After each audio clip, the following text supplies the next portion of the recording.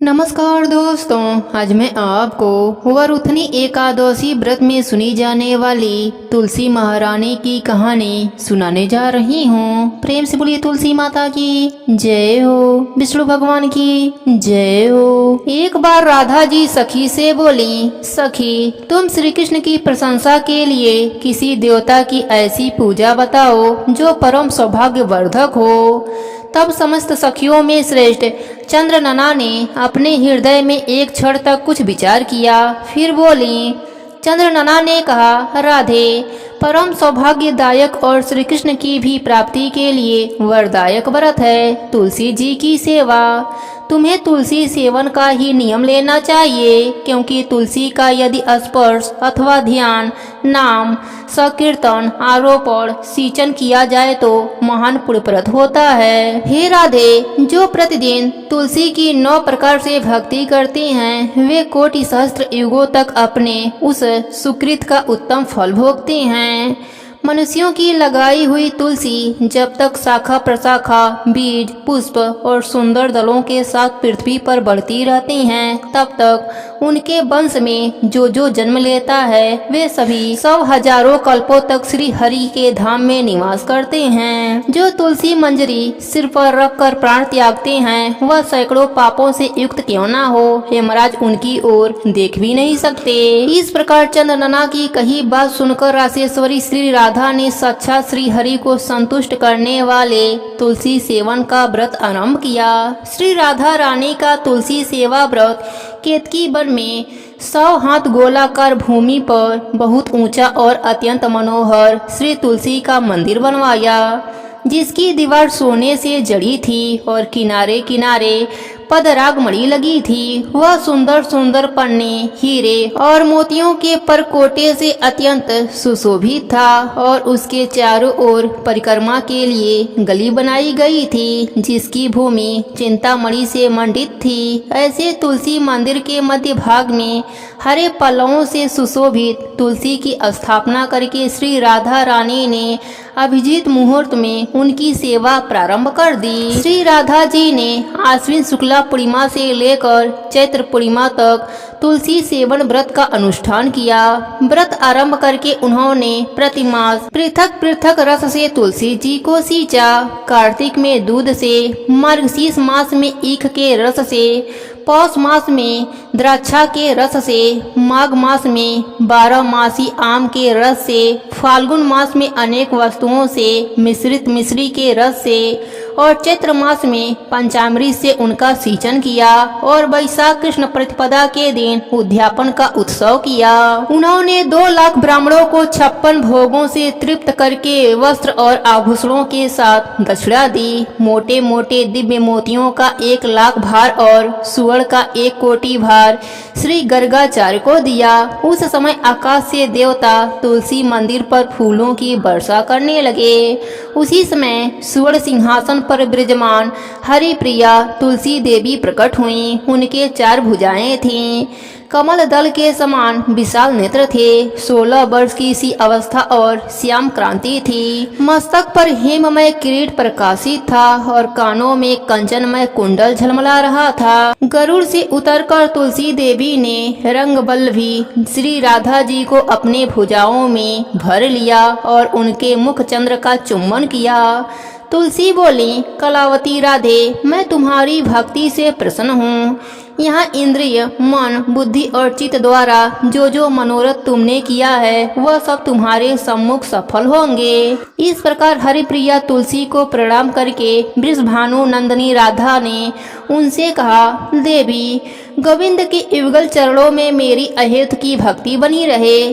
तब तथास्तु कहकर हरिप्रिया अंतर ध्यान हो गईं। इस प्रकार पृथ्वी पर जो मनुष्य श्री राधिका के इस विचित्र उपाख्यान को सुनता है वह भगवान को पाकर कृत हो जाता है। प्रेम से बोलिए तुलसी माता की जय हो, राधा रानी की जय हो। भगवती तुलसी मूल प्रकृति की प्रधान अंश है। प्रारंभ में वे गोलोक में तुलसी नाम की गोपी थीं। भगवान के चरणों में उनका अतिशय प्रेम था। रास लीला में उनकी श्री कृष्ण के प्रति अनुरक्ति देखकर राधा जी ने कुपित होकर उन्हें मानव योनि में जन्म लेने का श्राप दे दिया।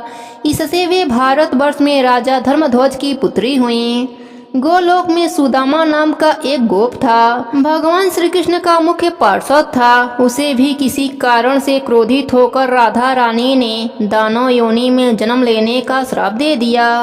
उनके श्राप से अगले जन्म में वह सुदामा शंखचूड़ दानव बना।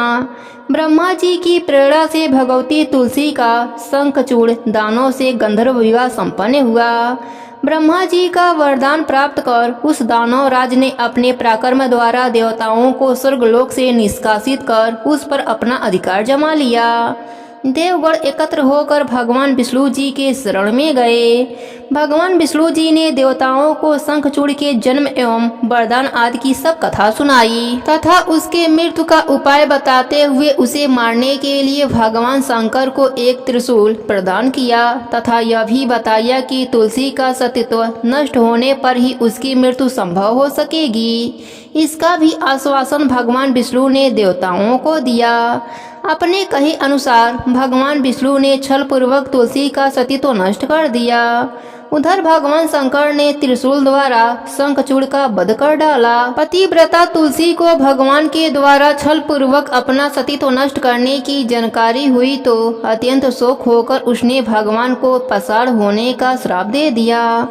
तुलसी की कारुणिक अवस्था देखकर उसे समझाते हुए भगवान ने कहा, हे भद्रे, तुमने मेरे लिए बहुत समय तक तपस्या की थी, साथ ही इस शंखचूड़ ने भी तुम्हारे लिए दीर्घ समय तक तपस्या की थी। तुम्हें पत्नी रूप में प्राप्त करने के बाद अंत में वह गोलोक चला गया। अब मैं तुम्हें तुम्हारी तपस्या का फल प्रदान करना उचित समझता हूँ। तुम्हारा यह शरीर गंडकी नदी के रूप में प्रसिद्ध होगा। तुम्हारा केश समूह पूरे वृक्ष के रूप में प्रकट होगा जो तुलसी नाम से प्रसिद्ध होगा। देव पूजन में प्रयुक्त होने वाले समस्त पुष्पों और फलों में तुलसी की प्रधानता होगी। सभी लोकों में निरंतर तुम मेरे सानिध्य में रहोगी। मैं भी तुम्हारे श्राप से पसार बनकर गंडकी नदी के तट पर निवास करूंगा। चारों वेदों को पढ़ने तथा तपस्या करने से जो पुण्य प्राप्त होगा वह पुण्य शालिग्राम शिला के पूजन से सुलभ हो जाएगा। उसी समय तुलसी के शरीर से गंडकी नदी उत्पन्न हुई और भगवान हरि उसी के तट पर मनुष्यों के लिए पुण्य फल देने वाले शालिग्राम बन गए। ब्रह्मा जी कहते हैं कि यदि तुलसी के आधे पत्ते से भी प्रतिदिन भक्ति पूर्वक भगवान की पूजा की जाए तो भी वे स्वयं आकर दर्शन देते हैं। अपनी लगाई हुई तुलसी जितना ही अपने मूल का विस्तार करती हैं, उतने ही सहस्त्र युगों तक मनुष्य ब्रह्मलोक में प्रतिष्ठित रहता है। यदि कोई तुलसी को संयुक्त जल से स्नान कराता है तो वह सब पापों से मुक्त हो भगवान विष्णु के लोक में आनंद का अनुभव करता है। जो व्यक्ति तुलसी का संग्रह करता है और लगातार तुलसी वन तैयार करता रहता है वह उतने ही पाप मुक्त हो ब्रह्म भाव को प्राप्त होता है। जिसके घर में तुलसी का बगीचा विद्यमान है उसका वह घर तीर्थ के समान है। वहाँ यमराज के दूत नहीं जाते। तुलसी वन सब पापों को नष्ट करने वाला पुण्यमय कामनाओं को देने वाला है। जो श्रेष्ठ मानव तुलसी का बगीचा लगाते हैं वे यमराज को नहीं देखते। जो मनुष्य तुलसी माला धारण करते हैं पाप उनके शरीर का स्पर्श नहीं करता है। जहाँ तुलसी वन की छाया होती है वहीं पितरों की तृप्ति के लिए श्राद्ध करना चाहिए। जो प्रतिदिन आदर पूर्वक तुलसी जी की महिमा सुनता है वह सब पापों से मुक्त होकर अंत में विष्णु लोक को जाता है। हे तुलसी माता, अपने सभी भक्तों पर अपनी कृपा बनाए रखना। प्रेम से बोलिए तुलसी माता की जय हो, विष्णु भगवान की जय हो। एक समय की बात है, एक गांव में एक ननद और भौजाई रहती थीं। घर के सभी लोग बेटी को बहुत लाड से रखते थे, परंतु उसकी भाभी अपने ननद से बहुत जलती थी। एक दिन बहू ने अपने सास से कहा, माँ जी, आप अपने बेटी से घर का काम काज क्यों नहीं कराती? पराये घर जाएगी तो बहुत दुख पाएगी। परंतु सास ने कहा कि यह तो बहुत छोटी है, बड़ी हो जाएगी तो सब सीख जाएगी। बेटी का नाम रानी था। वह जब से समझदार हुई थी तभी से तुलसी जी का पूजन करती थी। तुलसी सींचती, सुबह शाम घी का दीपक लगाती तुलसी माता की पूजा करने के बाद ही वह खाना खाया करती थी। रानी तुलसी पूजा करने के बाद तुलसी माता से प्रार्थना करती, हे माँ, सोने का लोटा दो और लड्डुअन का थार दो। इस प्रकार सोने का लोटा और लड्डुअन का थार उसके पास आ जाता था। रानी वह ले जाकर अपने माँ को दे देती थी। इस तरह उनका घर चल रहा था। उनके घर में कभी अन्न धन की कमी नहीं हुई। एक दिन उसकी माँ अपने बेटे से बोली, बेटा, रानी का विवाह का समय हो गया है, तुम उसके लिए घर बार खोज दो। तभी उसकी भाभी बोली, मेरे जान पहचान की एक शादी है, रानी की शादी वहीं कर दिया जाए। रानी की शादी हो गई। वह बहुत ही गरीब थे। सुबह हुआ तो रानी ने अपने सास से कहा, मैं पहले तुलसी जी की पूजा करूंगी, उसके बाद ही अन्न जल ग्रहण करूंगी। सास बोली, हमारे यहाँ तो तुलसी का पौधा नहीं है। रानी को उसके ननद के साथ पड़ोस में लगे तुलसी के पौधे के पास भेज दिया। रानी ने तुलसी माता की पूजा करी और वही मांगा जो हमेशा मांगती थी। सोने के लोटे में जल दो और लड्डुअन का थार दो। दोनों चीजें उसके सामने आ गए। रानी ने वह लोटा और थाल पड़ोसन को दे दिया। पड़ोसन तो बहुत खुश हुई और बोली, बहू, तुम रोज पूजा करने आ जाया करो। जब वह दोनों घर आए तो ननद ने अपनी माँ को पूरी बात बता दी। सास गुस्से से बोली, अब देखती हूँ कि अब कैसे तुलसी पूजा करने पड़ोस में जाती है। सुबह रानी ने तुलसी पूजा के लिए बोला तो सास पहले से ही गुस्से में बैठी थी। उसने कहा, कोई पूजा नहीं होगी, चलो काम पर लग जाओ।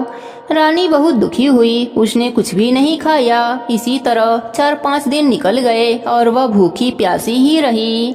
रात में तुलसी माता ने सपने में दर्शन दिया और बोली, बेटी, तुम आजकल मुझे जल से क्यों नहीं सींचती हो? मेरी पूजा पाठ भी नहीं करती हो, दिया भी नहीं जलाती हो। तब रानी ने कहा, मेरे ससुराल में तुलसी का पौधा नहीं है तो मैं कैसे पूजा करूं? तब तुलसी माता ने कहा, उठो और घर के आंगन में देखो, वहाँ तुलसी का पौधा है। रानी जब सुबह उठी तो उसने देखा, सच में आंगन में तुलसी का पौधा था और उनमें हीरे मोती लटक रहे थे। वह बहुत खुश हुई और पूजा की थाली लेकर आई और जल से तुलसी जी को सींचा, घी का दीपक जलाया, परिक्रमा करी और उसने कहा, ये माँ, सोने के लोटे में जल दो और लड्डुअन का थार दो। दोनों उसके आगे आ गए। बहू ने ले जाकर वह दोनों चीजें अपने सास को दे दिया। वह चकित होकर पूछा, यह सब कहाँ से आया? तब बहू ने पूरी बात बताई। सास आंगन में जाकर देखा तो आंगन में तुलसी का पौधा जगमगा रहा था। सास को अपने गलती पर बहुत शर्मिंदगी हुई। सास बहू से माफी मांगने लगी तो बहू ने कहा, माँ जी, उल्टी गंगा नहीं बहती है, मैं आपके पाँव लगूंगी, आप तुलसी माता के पाँव लगिए। तब दोनों सास बहू और ननद रोज तुलसी जी की पूजा करने लगे, तुलसी सींचने लगे, तुलसी माता की कथा कहानी कहने और सुनने लगे। तुलसी माता की कृपा से उनको यह लोक में सुखों की प्राप्ति हुई और मरने के बाद वैकुंठ लोक का सुख मिला। हे तुलसी माता, जैसी कृपा आपने रानी पर करी वैसी ही कृपा आप अपने सभी भक्तों पर करना। कहानी अधूरी हो तो पूरी करना, पूरी हो तो मान रखना। प्रेम से बोलिए तुलसी माता की जय हो, विष्णु भगवान की जय हो। एक समय की बात है, एक गांव में एक भाई बहन रहते थे। बहन बाल विधवा थी। बहन नित्य नियम निभाती थी, धार्मिक विचारों वाली थी, हमेशा पूजा पाठ भजन से अपना समय बिताती थी, नित्य नियम से तुलसी माता को सींचती, कथा कहानी कहती थी। इस बात से भाई की पत्नी को बहुत गुस्सा आता था। एक दिन उसने तुलसी माता का पौधा उखाड़कर घर के बाहर फेंक दिया और ताने मारने लगी। बहन से भाभी के ताने सहन नहीं हुए। वह अपना तुलसी का गमला उठाकर गांव के बाहर चली गई। भाई जब घर आया तो बहन को घर पर नहीं देखकर अपने पत्नी से पूछा, बहन कहाँ गई है? तो भाभी ने कहा, तुम तो घर में रहते नहीं हो, बाहर चले जाते हो और तुम्हारी बहन तो कुलछनी है, पता नहीं कहाँ कहाँ फिरती रहती है। भाई को बहुत क्रोध आया। सुबह से शाम हो गई और बहन का पता नहीं चला। इधर बहन जंगल में जा रही थी, उसे कुछ भी नजर नहीं आ रहा था। वह एक पेड़ के छाया में बैठ गई, वहाँ बैठी बैठी रोने लगी। हे तुलसी माता, मैंने तो कभी भी कोई भी अधर्म का काम नहीं किया, आप ही साक्षी हो, आप मेरी रक्षा करो। तुलसी माता एक बुढ़िया का रूप धर के आई और उस लड़की से बोली, बेटी तू यहाँ क्या कर रही है? तो उसने सारी बात बताई। वह कहने लगी, नित नियम निभाए बिना मैं नहीं रह सकती। तब बुढ़िया माई माया से एक धर्म नगरी बनाया, जिसका नाम धर्म नगरी रखा। अब जगह जगह उस नगरी की चर्चा होने लगी कि वहाँ एक बहुत ही धर्म की स्त्री रहती है। और इधर बहन के जाते ही भाई और भाभी पर दुखों का पहाड़ टूट पड़ा। वह घर घर भिक्षा मांगने लगे। एक दिन उन्हें पता चला कि धर्म नगरी में एक बहुत ही धार्मिक महिला रहती है। वह बहुत ही दान पुण्य करती है, गरीबों की मदद करती है। तो वह दोनों भी उस नगरी में गए। जब नगर में गए और उस स्त्री की बड़ाई सुना तो उसकी भाभी को याद आया कि मेरी ननद भी ऐसे ही पूजा पाठ नित नियम निभाती थी, परंतु मैंने ही उसे घर से बाहर निकाल दिया। एक दिन दोनों भिक्षा लेने बहन के द्वार पर पहुँचे। बहन तो देखते ही पहचान गई, परंतु भाई और भाभी अपने बहन को नहीं पहचाने, क्योंकि वह तो पूरे ठाट बाट से रहती थी। भाभी की आंखों में पानी भर आया तो उसने पूछा, आप क्यों रो रही हो? भिक्षा कम हो तो और ले जाओ, या कोई और तकलीफ हो तो बोलो, मैं तुम्हारी क्या सहायता कर सकती हूँ। तब भाभी और जोर जोर से रोने लगी और पैरों में गिर पड़ी और माफी मांगने लगी। तब बहन बोली, आप लोग कौन हैं? तब भाभी बोली, ननदबाई सा, मुझे क्षमा कर दो, परंतु आपकी आवाज से मैंने तो आपको पहचान लिया। मैंने आपको बहुत भला बुरा कहा है और आपके तुलसी जी को भी उखाड़ कर फेंक दिया है। अब भाई को सारी बात पता चल गई कि हमारी दशा ऐसा कैसे हो गया। अपनी पत्नी को वह डंडा से मारने लगा। तब बहन बोली, इनसे गलती हो गई थी, इन्हें क्षमा कर दो। मेरी तो तुलसी माता ने बहुत रक्षा करी है, यह सब उन्हीं का दिया हुआ है। बहन ने तुलसी माता से प्रार्थना करी, हे माता, जो भी मेरे भाग्य में हो वह मुझे दे दीजिए और अपनी माया समेट लीजिए। तुलसी माता प्रसन्न हुई, उसे खूब अन्न धन दिया और अपनी माया नगरी को समेट लिया। अब भाई अपने बहन को और पत्नी को लेकर घर गया। अब उसका घर अन्न धन से भर गया था और सब खुशी खुशी से साथ में रहने लगे। अब दोनों ननद और भाभी मिलकर तुलसी से तुलसी माता की कथा कहानी कहते और सुनते थे। तुलसी माता की कृपा से उनको इहलोक पर सुखों की प्राप्ति हुई और मरने के बाद वैकुंठ लोक का सुख मिला। हे तुलसी माता, जैसी कृपा आपने ननद पर करी वैसी ही कृपा आप अपने सभी भक्तों पर करना। कहानी अधूरी हो तो पूरी करना, पूरी हो तो मान रखना, सबके नित्य नियम को पूर्ण करना। प्रेम से बोलिए तुलसी माता की जय हो, विष्णु भगवान की जय हो।